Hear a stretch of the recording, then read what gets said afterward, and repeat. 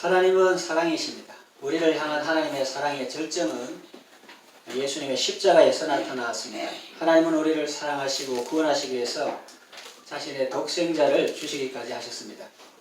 예수님은 하나님의 아버지의 뜻을 이루시려고 또 친히 우리를 구원하시기 위해서 십자가에 죽기까지 우리를 사랑하셨습니다.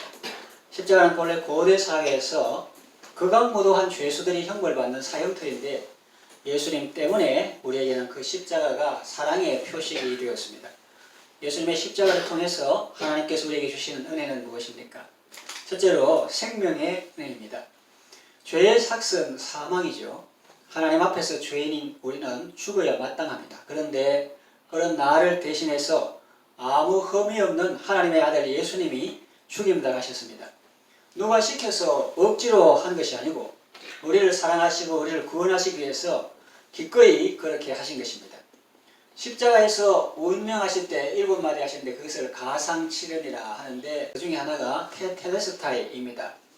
다 이루었다는 말입니다. 빚이 완불되었다는 의미입니다. 예수님께서 우리 죄로 인한 빚을 다 갚으셨기 때문에 우리는 속량함을 받았습니다. 사도 바울은 로마서에서 그 기쁨을 이렇게 표현합니다. 그러므로 그리스도 예수 안에 있는 자에게는 결코 정죄함이 없나니 이는 그리스도 예수 안에 있는 생명의 성령의 법이 죄와 사망의 법에서 너를 해방하였습니다. 라고 말씀합니다. 우리는 예수님의 은혜로 죄와 사망의 법에서 해방되었고 이제부터는 생명의 성령의 법에 적용을 받게 되었습니다. 성령은 생명의 영이요 또 생명 주시는 영입니다. The Holy Spirit is life and life-giving Spirit. 우리는 예수님 십자가의 은혜로 생명을 얻고 또 풍성히 얻게 되었습니다.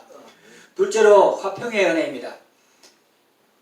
예수님은 십자가의 은혜로 우리에게 화평을 주셨습니다. 전에 죄 때문에 하나님은 멀리 떠나 있던 우리를 다시 하나님과 화평하게 하셨습니다. 그리고 유대인과 이방인 사이에 막힌 담도 흘려주셔서 그리스도 안에서 한 새 사람을 이루게 하셨습니다. 학생이 담임 선생님과 사이가 안 좋으면 학교 생활이 얼마나 힘들고 어렵겠습니까? 회사 직원이 팀장이나 부장과 사이가 안 좋으면 얼마나 회사 생활이 불편하겠습니까?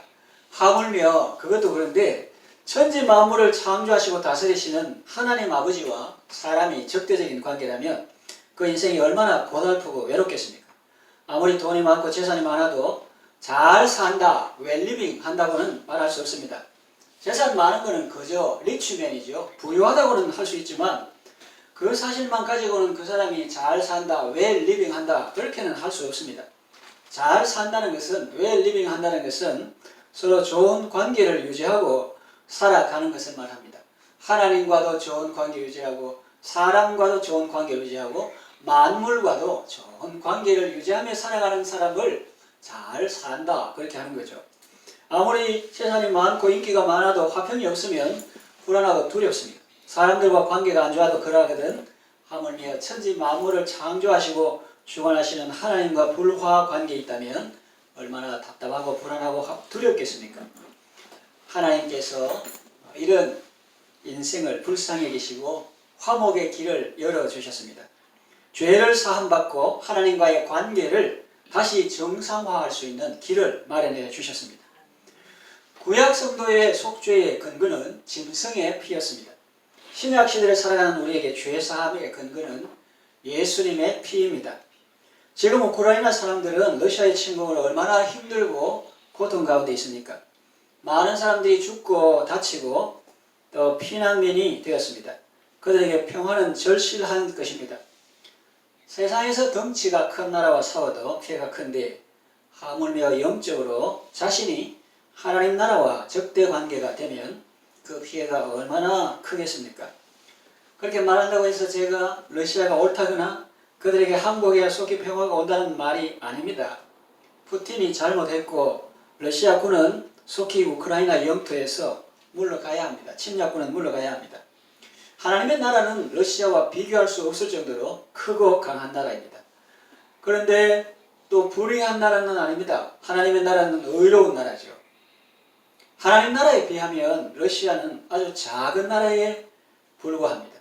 그런데 우리가 하나님의 나라를 대적하는 행동을 하고 있다면 그 나라하고 원수가 되어 있다면 그보다 어리석고 위험한 일이 어디 있겠습니까? 그런 어리석은 자가 있겠냐 싶겠지만 죄를 짓는 자마다 하나님과 원수가 된다고 했습니다. 죄를 지을 때마다 하나님 나라의 질서를 파괴하는 것이고 그렇게 할수록 자신은 더 고립되고 제재를 받을 것입니다. 우리의 악독은 정수리까지 찼고 가득 찼고 우리의 죄악은 하늘을 찔렀습니다. 우리에게 남겨진 것은 오직 진노의 형벌뿐입니다. 아무 소망이 없습니다. 그런데 하나님 편에서 우리에게 손을 내미셨습니다. 하나님의 독생자 예수님이 하나님께 우리를 대변해 주시고 우리 죄를 짊어지시고 우리 대신 죽임을 당하셨습니다. 우리나라는 엄밀히 말하면 지금 종전, 전쟁이 끝난 상태가 아니고 휴전, 전쟁을 쉬고 있는 상태입니다. 휴전 협정이 그때 1953년도요.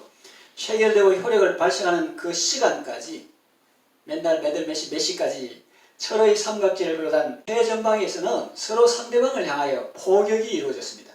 나는 남은 포탄 이거 나도 뭐 하겠노 하면서 그 시간까지 휴전이 효력을 발휘하는 그 시간까지 남은 것을 정권에게 막 쏟아붓는 듯 퍼부는 거죠. 그러다가 효력 발생 시간이 딱 되니까 사방이 고요해졌습니다. 3년여간의 치열했던 전쟁이 끝났습니다. 그 평화 얼마나 소중합니까? 물론 전쟁의 아픔과 상처도 컸지만 그러나 전쟁을 쉬인다는 것이 얼마나 마음에 안심이 되었을까요?